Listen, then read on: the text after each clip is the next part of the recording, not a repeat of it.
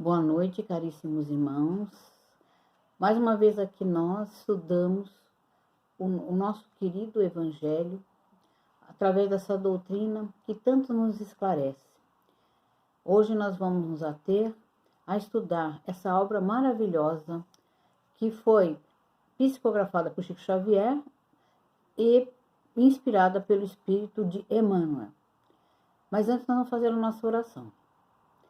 Vamos pedir ao Pai que nos proteja e que agradecemos por tudo que Ele tem nos proporcionado, de nós termos encarnado, nós podermos evoluir e podemos também ajudar nossos irmãos à sua evolução.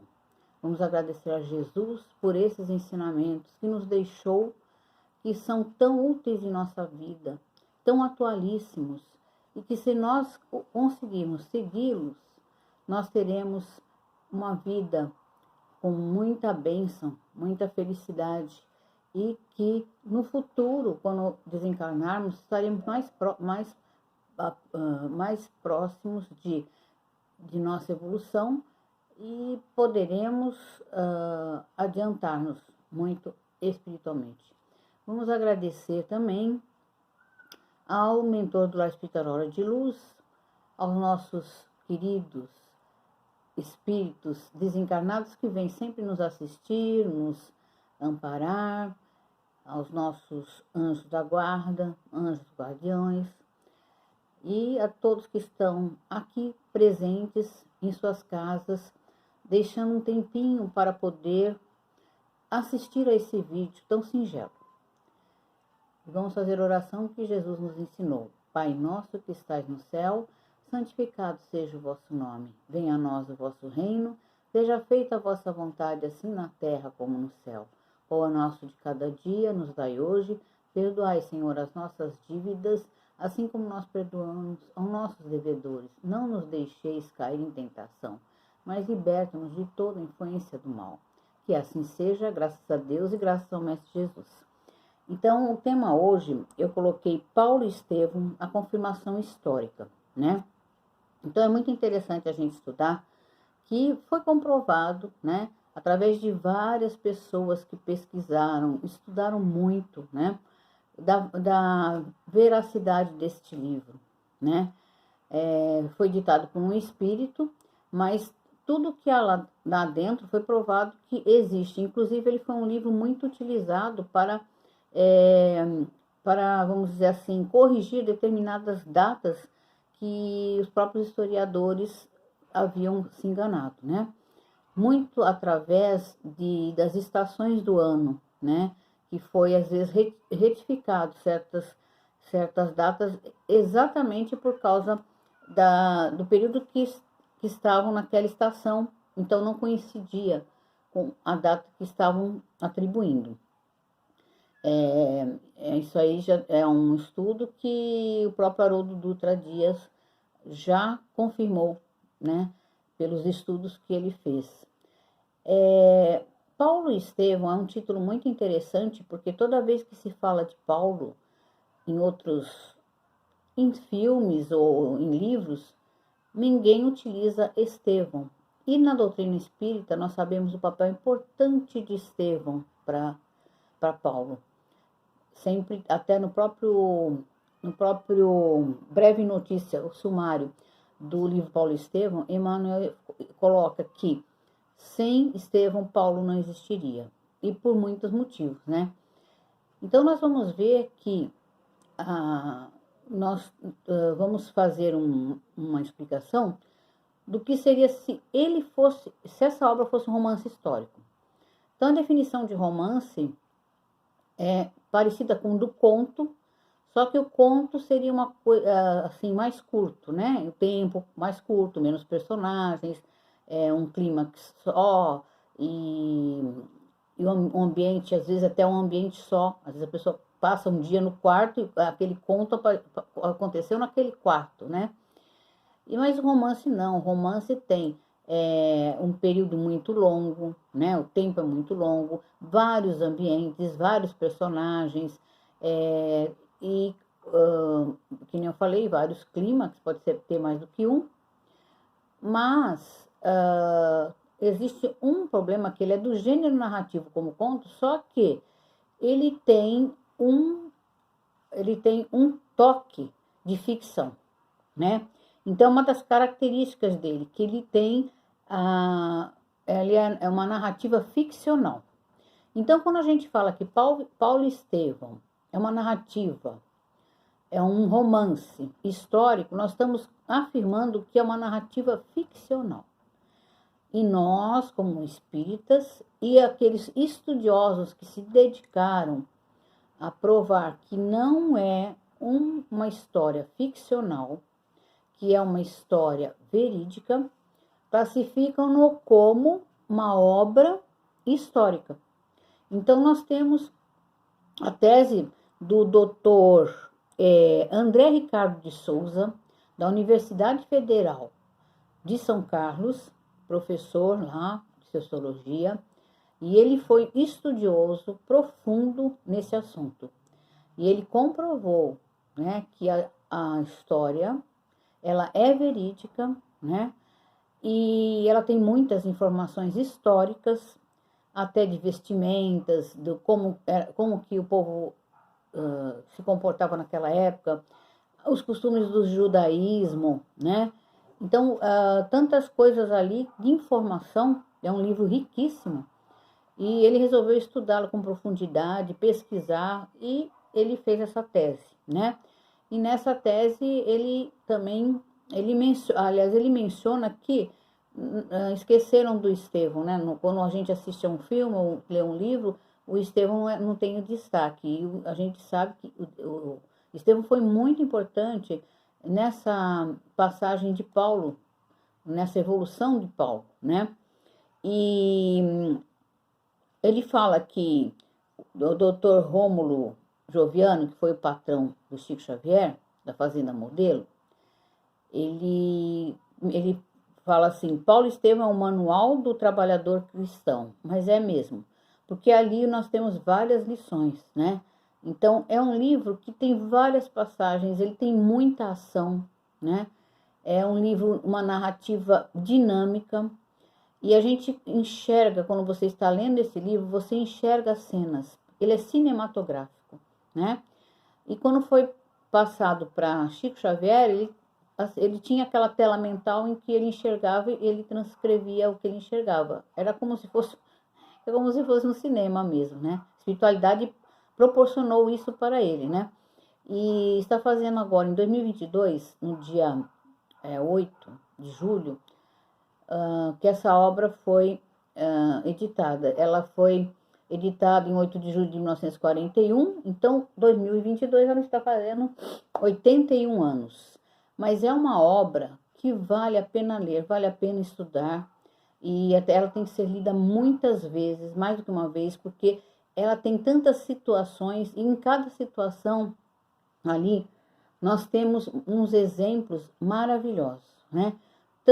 De todos os personagens, os principais, os secundários, ali exemplo para nós, em qualquer situação. Aquele que já caminhava, né, dentro do cristianismo, né, que foi o caso do Estevão, que sempre foi uma pessoa correta, uma pessoa amorosa, uma pessoa caridosa, né, uma pessoa tolerante, uma pessoa que tinha todas as qualidades do verdadeiro cristão.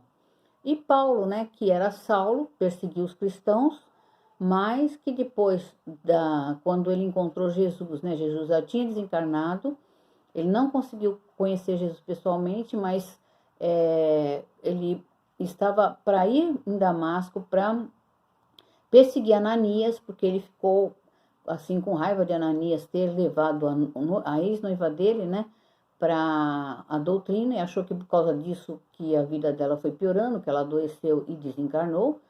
E ele estava atrás de Ananias, quando no caminho de Damasco, quando estava indo para lá, ele viu Jesus, né? E aquela luz ofuscou seus olhos, ele ficou cego e perguntou, e Jesus perguntou para ele: por que me persegues, né? E ele disse, aí realmente ele acreditou, né? Aquele foi o momento do chamamento. Que queres que eu faça? É essa pergunta que a gente tem que sempre pensar, né? Vamos falar para Jesus: que queres que eu faça? Que queres que eu faça em relação à minha vida? Que queres que eu faça em relação ao meu irmão? E aí foi daí que Paulo começou a se dedicar a levar esse ensinamento, esse evangelho de Jesus, com uma preciosidade. Para ele era uma coisa muito preciosa o evangelho, né? Tanto é que ele tinha uma cópia do evangelho e quando eles foram assaltados, que eles estavam indo para pregar o evangelho, ele e Barnabé, ele estava comentando com o Barnabé que ele tinha uma preciosidade com ele ali, e os ladrões ouvindo falaram: eles devem estar com muito dinheiro, muito ouro, né? E foram assaltá-lo. Só que a preciosidade que ele dizia era os ensinamentos, né? Os pergaminhos que ele tinha, que eles carregavam, que era de Mateus, né? Então, o Barnabé fica muito triste, só que depois que os ladrões vão embora, né? Ele falou assim: foi bom que ainda deu para fazer uma pregação, né? De toda forma.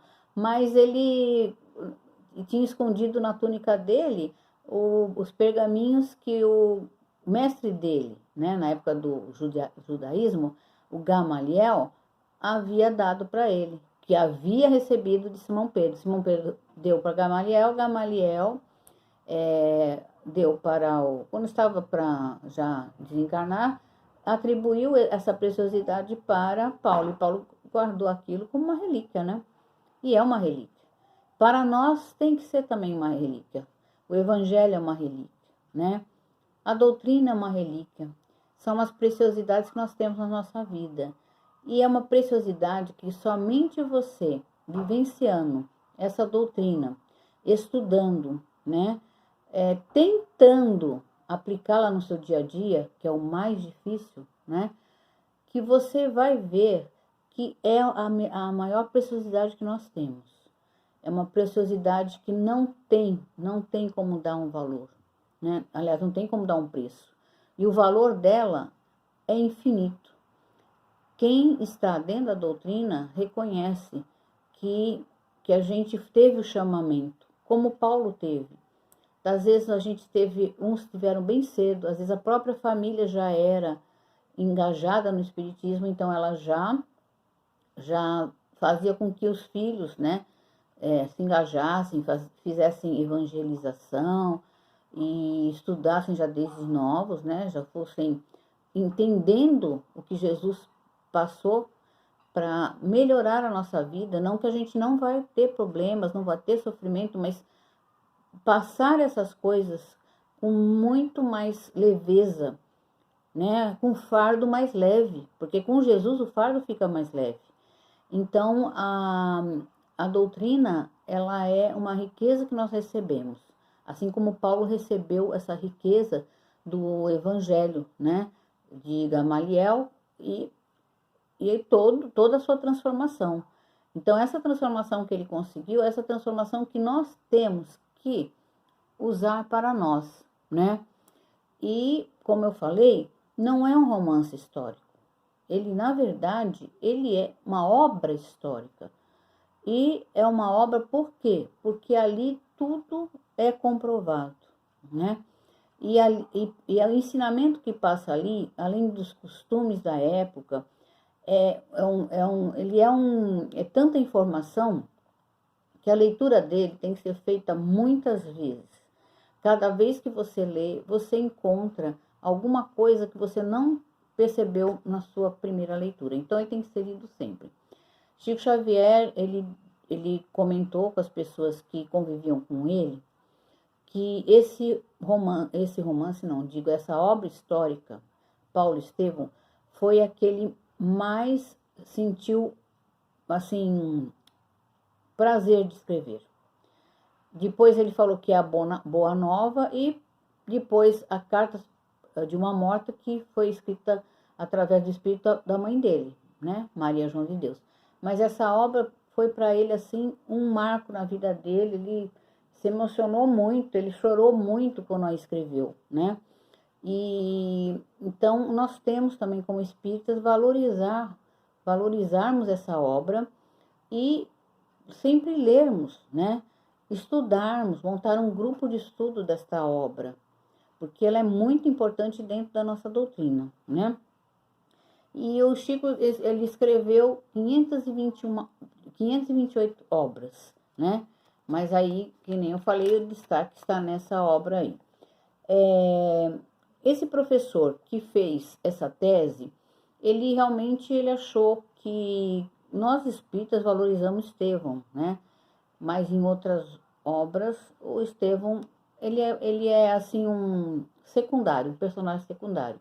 Mas quem estuda a doutrina e quem lê Paulo Estevão, quem sabe da história de Paulo, sabe que Estevão foi muito importante nessa transformação. E às vezes, porque outra coisa, nós não conseguimos às vezes sozinhos, às vezes a gente precisa de uma ajuda, não é? A gente precisa de uma cooperação de outras pessoas, como Jesus teve também. Jesus, com toda aquela evolução, ele não teve os 12 apóstolos para ajudarem, para levar a boa nova em outras regiões. Nós também precisamos de uma ajuda, alguém que nos ajude, que nos faça abrir os olhos, né? E para o Estevão começou a ajuda dele fazer com que Paulo se transformasse, porque quando ele era Saulo, que ele determinou para apedrejar Estevão, né? Que naquela ocasião ninguém sabia que ele era Estevão, porque o nome dele realmente era Josiel. Quando ele partiu para seguir Jesus, ele mudou o nome dele para Estevão, até por uma questão de segurança, né? Porque ele foi assim, ele era escravo, mas ele foi agraciado, né?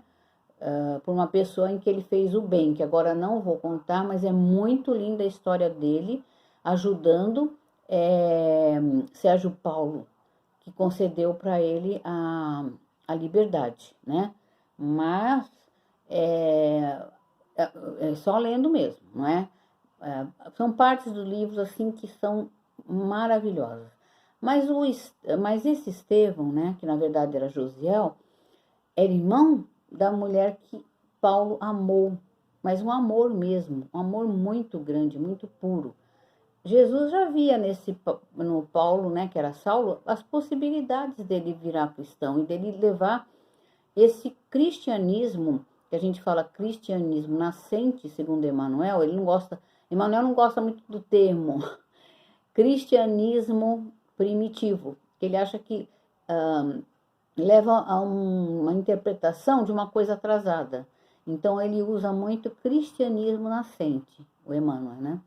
E aí, o que aconteceu foi que, quando ele determina que o Saulo, ele era fanático, ele era uma pessoa que queria realmente defender o judaísmo, defender Moisés e contra os cristãos, né? Ele não queria nem saber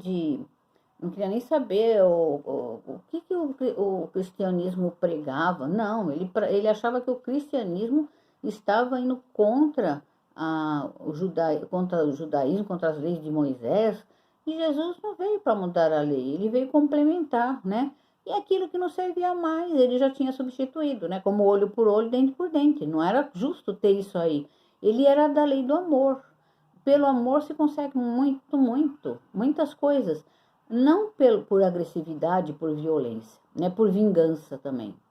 E aí, mas Saulo não queria saber disso. Saulo estava ali no papel dele, até uma pessoa que, quando pegava uma missão, realmente levava a fundo, né? Levava a sério. Mas quando ele descobriu que Josiel, que na verdade estava sendo chamado de Estevão, era irmão da amada dele, Abigail, aquilo ali derrubou, né? Imagina a situação que ele ficou, matar o próprio irmão da mulher que ele amava. Ele não conseguiu mais continuar aquele relacionamento depois disso, né? E no final, mas ele continuou ainda assim perseguindo os cristãos. Por quê? Porque ele achava que isso estava prejudicando a vida dele, porque a Abigail já estava também através de Ananias, ela estava também se dedicando, né, aos ensinamentos de Jesus. Então ele começou a achar que ele estava sendo prejudicado por esses motivos. No final, no caminho de Damasco, ele mudou completamente e Jesus já conhecia o coração dele, né? Porque esse amor que ele tinha pela noiva já mostrava que ele tinha sentimentos nobres dentro. A essência dele era boa. É que ele estava ainda meio cego, né? E aí ele teve essa cegueira no caminho de Damasco, né? A cegueira física, para ver se ampliava a sua cegueira espiritual, para ele enxergar espiritualmente o que ele precisava enxergar, né? Então, porque muitas pessoas têm a cegueira espiritual, enxergam muito bem fisicamente, mas tem a cegueira espiritual, e era isso que acontecia com ele, né? Ele via sempre Jesus como um inimigo, como um revolucionário, como alguém que estava ali para mudar tudo, né? E perante os romanos, uma ameaça, né? Que achavam que Jesus queria o reino da terra. Eu não queria saber do reino da terra.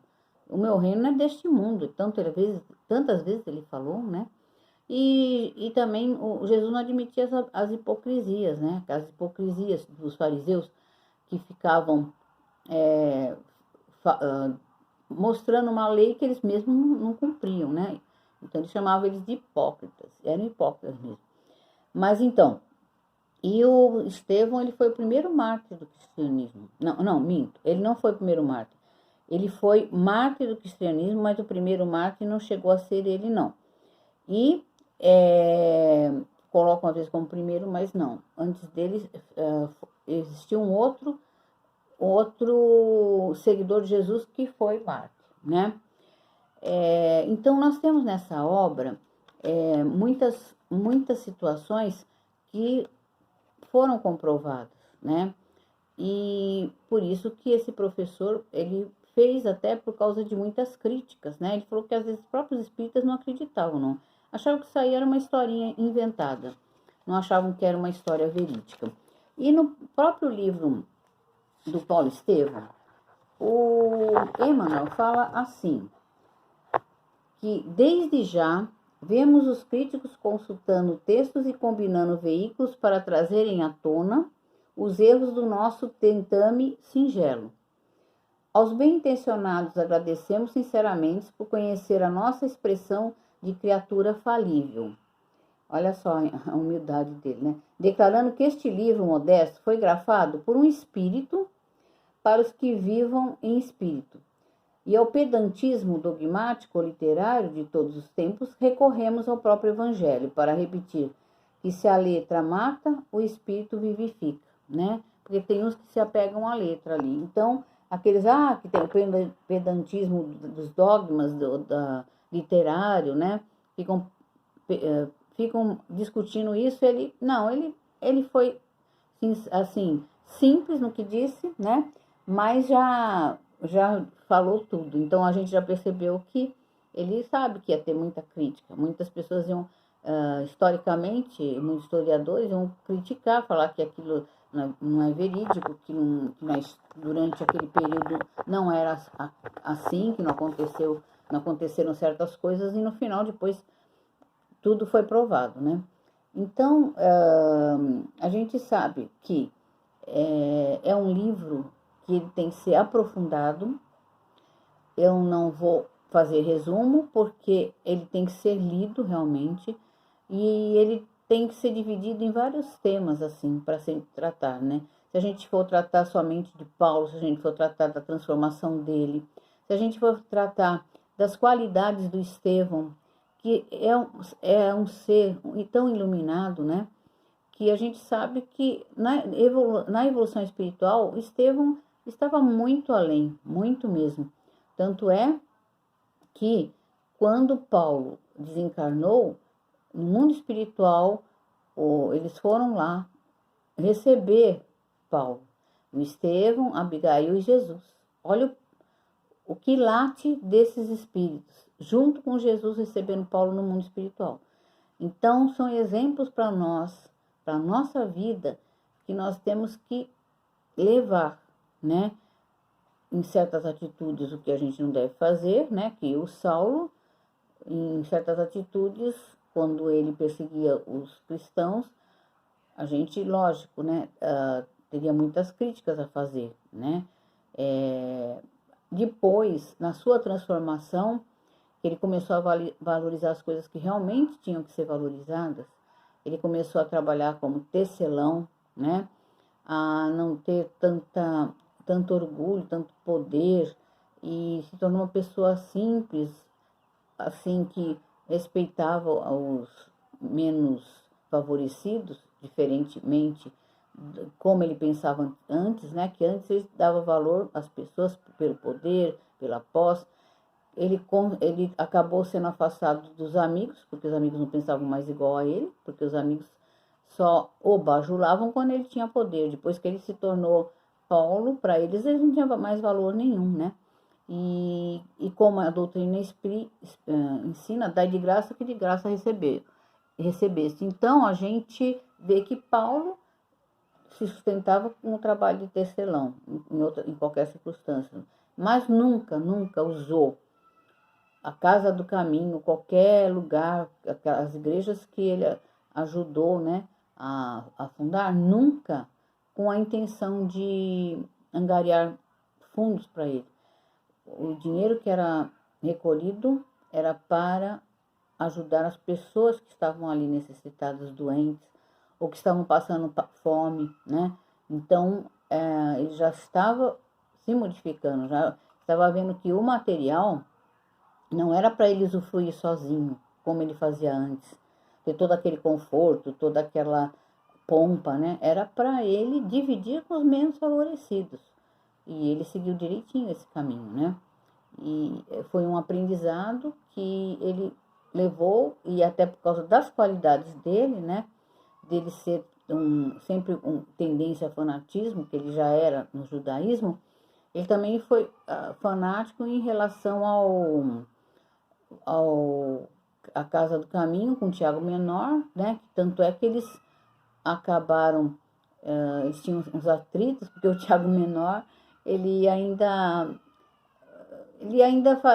tinha ainda os hábitos um pouco dos judeus, né? Ele tinha um pouquinho do judaísmo e Paulo não aceitava. Paulo já queria que não tivesse nenhuma prática judaica. Só que Tiago Menor, ele era assim, vamos dizer assim, um mediador, ele era um político, né? Então ele fazia isso para que eles não fossem mais perseguidos do que já eram. Então, eles tinham a ajuda do Sinédrio também, né? Eles recebiam uma parcela.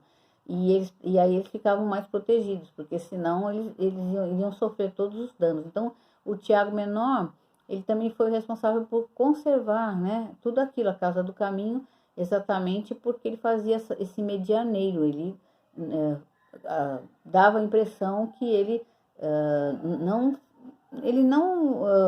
criticava certos costumes judaicos que Paulo já achava que tinha que eliminar, né? Então, eles entravam muito em atrito. Então, Chico Xavier sempre comentava, né, que o clímax, que não é um só, né, porque o clímax do Caminho de Damasco também foi um clímax do romance, né, da obra, né, não é romance, como eu falei, da obra é a Caminho de Damasco, quando ele encontra Jesus, e outro clímax que nós podemos considerar é esse clímax quando eles se encontram lá na Casa do Caminho e eles começam a ter uma discussão muito forte e eles começam a se desentender, que isso aí a gente sabe que é muito comum no ser humano, né? De partidos, cada um no seu partido, e aí eles começam a fazer com que as pessoas lá dentro também começassem a tomar partido. Então, começaria a dividir ali. Quer dizer, que a Casa do Caminho iria ter uma divisão de cristãos, né? E não seria bom isso. É a união, não a divisão. E aí, o Simão Pedro, pela sua sabedoria, ficaram esperando que ele intervisse, que ele desse razão ou para Paulo ou para Tiago, né? Mas ele foi inspirado e teve muito bom senso. O que ele fez?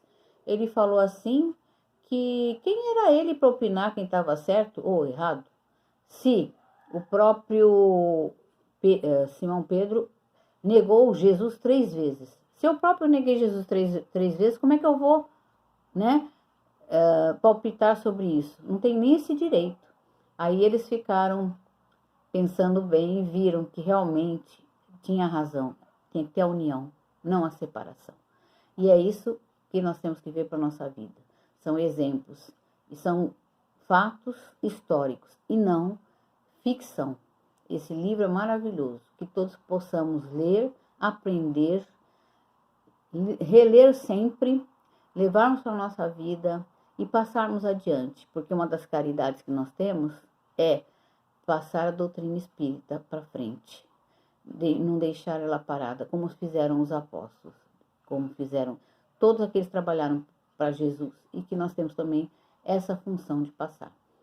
Então, meus amores, fiquem com Deus. Obrigado por estarem aqui.